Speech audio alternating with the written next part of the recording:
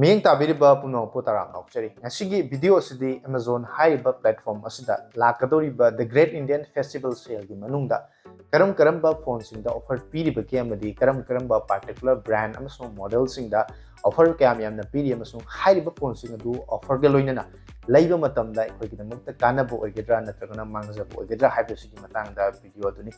asiga video asiga mari lainana chaliba lakadoriba Flipkart की the Big Billion Day sale की matang daso video Amazon na semjabni hai ba video du su chang bani yeng bina bina mukta no lokchari Amazon hai ba platform asi khakte ki oiba video ni ngasi semjari pasina mayam punama ngasi ki video si loi phawbu yengba matam da Amazon hai ba platform asi da karam ba phone sing da offer piri ba game asung phone sing adu laiba matam da kanaba oigadra hai ba ching ba sing asi ki matang da khangina bina mukta loi phawbu yeng nasi hojik aina video namjari ba matam asi phawbu da di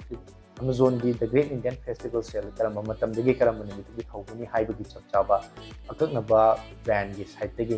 bai Amazon gi site degi phongdokpa chapchaba tangkak nimit ama leitabna maram oiga hoji phawgi wani di confirm oidi adubo haiba si confirm oipo matam da video asi gi description natragana comment section da sun da ki update tawjaram gi video asi bu mayamna loi phawgi na si amasung screen recording da amuk haiba platform asi da karamba phone sin da video gi habi da amuk yengminaras Mayam huzi amu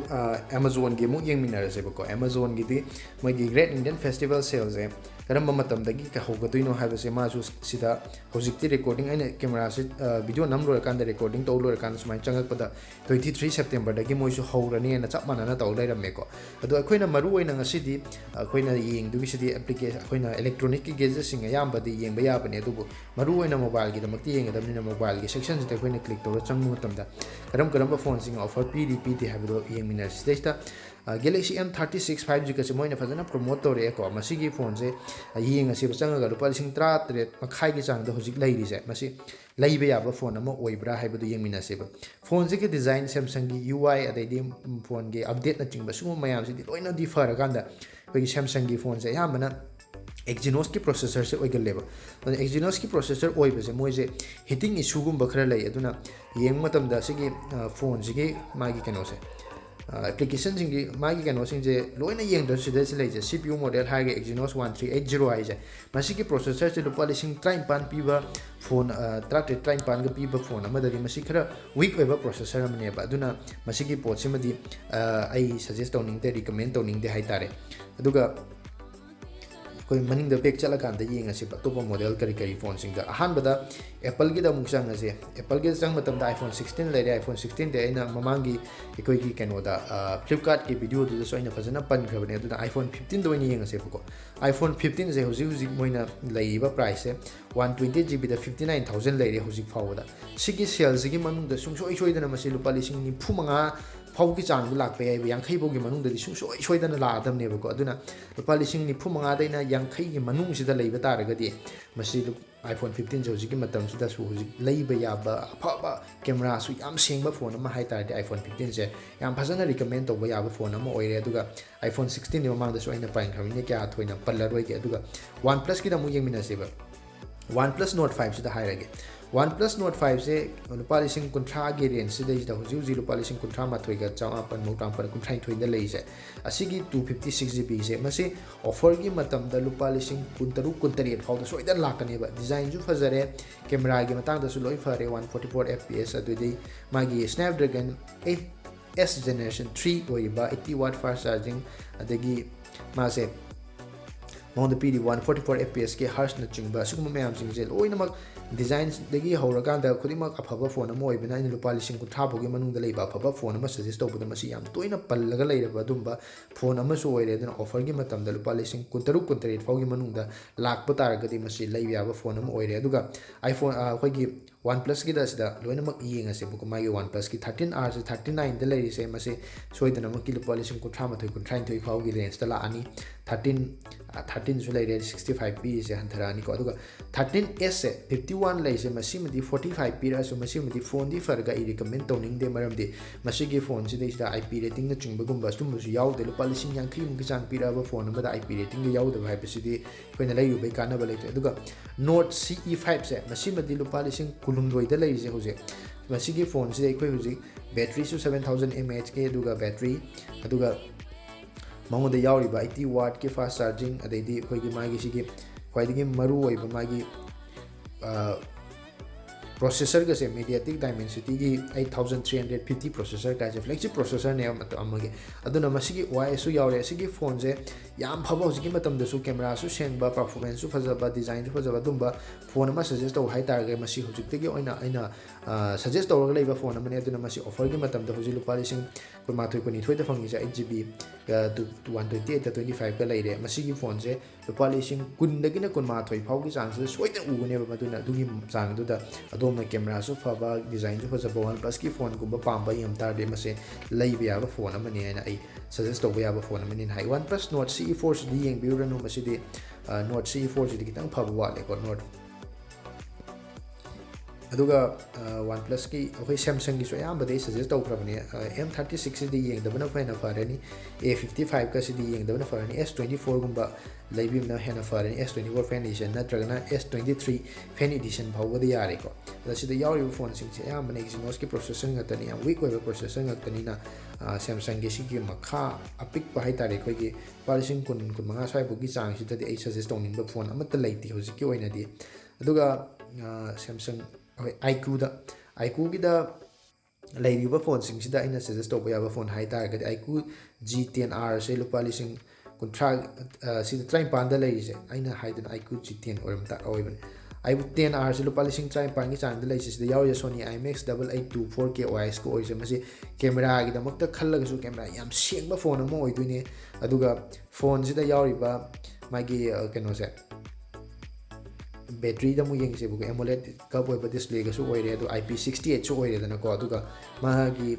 processor ga yauri se sida 112GB ga laire aduga magi processor is de mathak ta yaudre makha da yeng ase magi processor je weak oram tar ga da tai feature je phai hai tar ga su ai suggest to ning diba aduna yaw se powerful Dimensity 7400 5G hai je yam phaba su nati average to oire adu ma hi de polishing time pan hai se de polishing 35 bo gi chang da la ga di masi so dum leibe ya ba phone am oi iQOO ge ko iQOO G10x ka se masi G10x ka se dum game sana pa ba ma sing gi dam tu leibe ya ba phone oi bene ba ko ado magi battery fast charging leire aduga magi kano se military grade rating magi surface aduga mai sida UFS 3.1 ka je dum fast oi bane ba memory read and write se ko aduga magi stage da leiram du se khwai maru oina magi processor se dani yeng du se koina processor je weak oim ta de leiru be kana baliti hai ta Dimensity 7300 asi so dum ya ba phone processor di oi aduga magi mamal se hoji lupa lising 300 makhai leiri se masi lupa lising 38 tara ta ga lak tar ga 38 bau da lak tar masi adum leibe ya ba phone ma game sanam pa ma singi da di leibe ya ba phone am oi ra ba phone G10x iQOO Neo 10R se lupa lising kun manga gi chang sida phangi se masi mati dum lupa lising kun ma thoi dai chang da lai ku matam da dum leibe ya ba phone amani ko ai mai gi features ni loi yeng tra ga su masi di fa ba phone amani na ina khang le ba phone amani na suggest to adum to ba ya ba phone am oi re iQOO 13 ga se lupa lising yang khi manga ga lei se lupa lising ni phu manga dai bo gi chang da lei ra ga di masi lising ni phu manga gi chang da lei ra ga di hai se soidna mo su lei ra ka ne ba maram di asai gi bank offer dai di hoju ji lei ba man sida moi na lupa lising ani hom ma sa gi tar ani discount ni sale matam ne na du da mu kamu bank offer mu hapsalaga mu tarak ka du ni na ko adum asigi chang da dum la ka ni hai tare Realme gi di Realme gi phone da ina Realme phone da support on suggest on ni phone hai tar ga di phone kara hai tar ga di sida lei ba Realme GT37 gi chang da lei tar de koi adum Samsung gi kano lei bana fare S24 gi chang da lei na fare GT7 ga se dum sana ba ya ba phone di oi bane adu ga Realme na zo 10000 gi chang da lei se masu gum si budget entry level koi kre 80 Pro yam ka hena Realme gi da su lei te Realme 15 series kum bana ta na ko Realme 15 series kum ba di se suggest owning he do Realme 15 si de Flipkart ta khaktang phangwani aduna sida di yaw roi aduga MI gi phone jin di MI gi phone jin de ID hojiki oina di ai suggest owning de Note 14 ga se design ga yam phajara specification ga phajara ga moi se Redmi 15 ga sant nong do non stock gi phone ni phone ga di yam phara ga da Sony gi LYT sensor ga yaw bune ko moi gi camera se adu kuira ga da moi gi camera sing tab gi issue se yam legal le adu na MediaTek 6 generation 3 ga se yam na phawna ti moi di ai di 4 5 out of 10 gum rating pinning adu na moi di yam kana suggest owning phone amata leiti hojiki oina di Redmi da di aduga Acer ga sidi matam kuina phone sarudra kanda amu sagalakpani entry level gi phone ne amakak launch tawrakpani masidi ai hojikki oina di yam kana suggest tawning bu oide Honor su Tecno su Lava su Poco Intel Vivo Oppo gi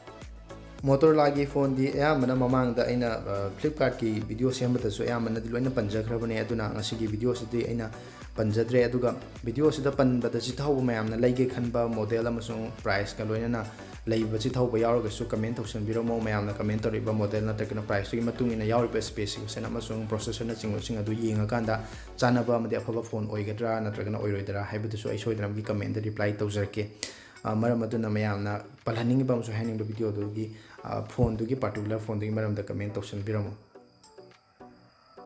Masining asigi Amazon hariba platform asida karam phone singda chaliba amadi lakadoriba Great Indian Festival Sale gi manungda kayam yam offer piriba ge amasung offer sing asigi manungda ikoina karamba phone sing leiba yaba phone oiriba amasung hariba phone sing adu leiba matamda offer oiba taraga se koita mangjaba oigadra haidana phone khadatang khandot taraga screen recording ga loina semjaba video asibu mihing tabiliba singna video asibu like tawsin biramo channel asibu subscribe tawdiba singna ngasi tang tangna biba oiba taraga di channel asibu subscribe tawsin biramo tungda su asigumlaba nungairiba video kya engbiramagi damakta amadi video kaya thagalakpa matamda notification fangnabagidamagta subscribe tawba matungda notification bell da su all the nambiyo masigi oina di video asi matang asita loisinjari tungda anouba amadi nungairiba video matamu